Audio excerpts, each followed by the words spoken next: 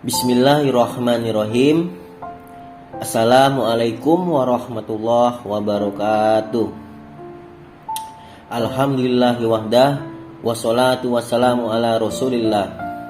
Apa kabarnya sahabat-sahabatku Sarung Dakwah Channel yang dirahmati Allah.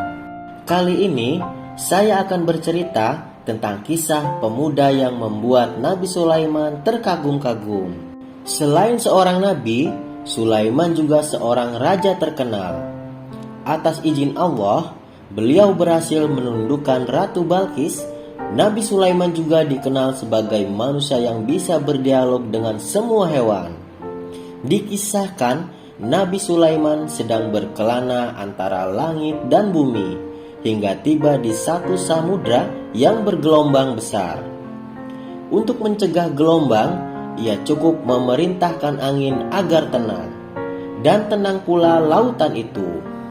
Kemudian Nabi Sulaiman memerintahkan jin Ifrit menyelam ke samudra itu sampai ke dasarnya. Di sana jin Ifrit melihat sebuah kubah dari permata putih tanpa lubang. Kubah itu diangkatnya ke atas samudra dan diperlihatkannya kepada Nabi Sulaiman. Melihat kubah tanpa lubang penuh permata dari dasar laut itu, Nabi Sulaiman terkejut. "Kubah apakah itu?" kata Nabi Sulaiman. Dengan meminta pertolongan Allah, Nabi Sulaiman membuka tutup kubah. Betapa kagetnya beliau melihat seorang pemuda tinggal di dalamnya. "Siapakah engkau? Kelompok jin atau manusia?" tanya Nabi Sulaiman keheranan.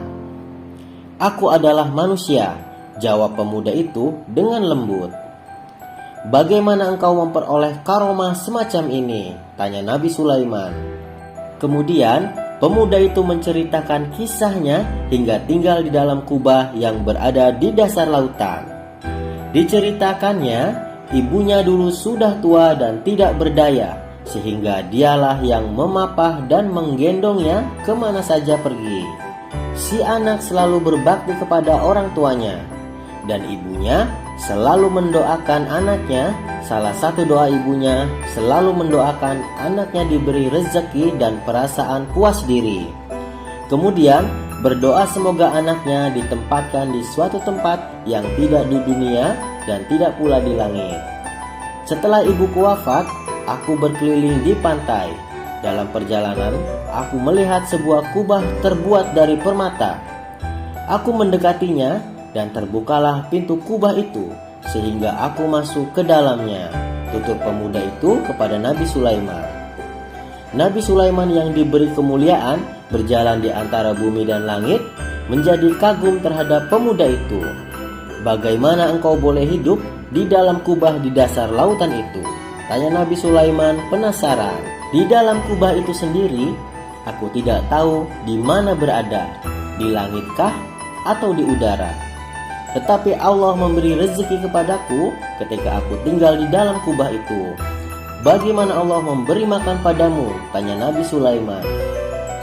"Jika aku merasa lapar, Allah menciptakan pohon di dalam kubah dan buahnya yang aku makan. Jika aku merasa haus, maka keluarlah air yang teramat bersih, lebih putih daripada susu dan lebih manis daripada madu. Bagaimana engkau mengetahui perbedaan siang dan malam?" tanya Nabi Sulaiman. "Bila telah terbit fajar, maka kubah itu menjadi putih. Dari situ aku mengetahui kalau hari itu sudah siang.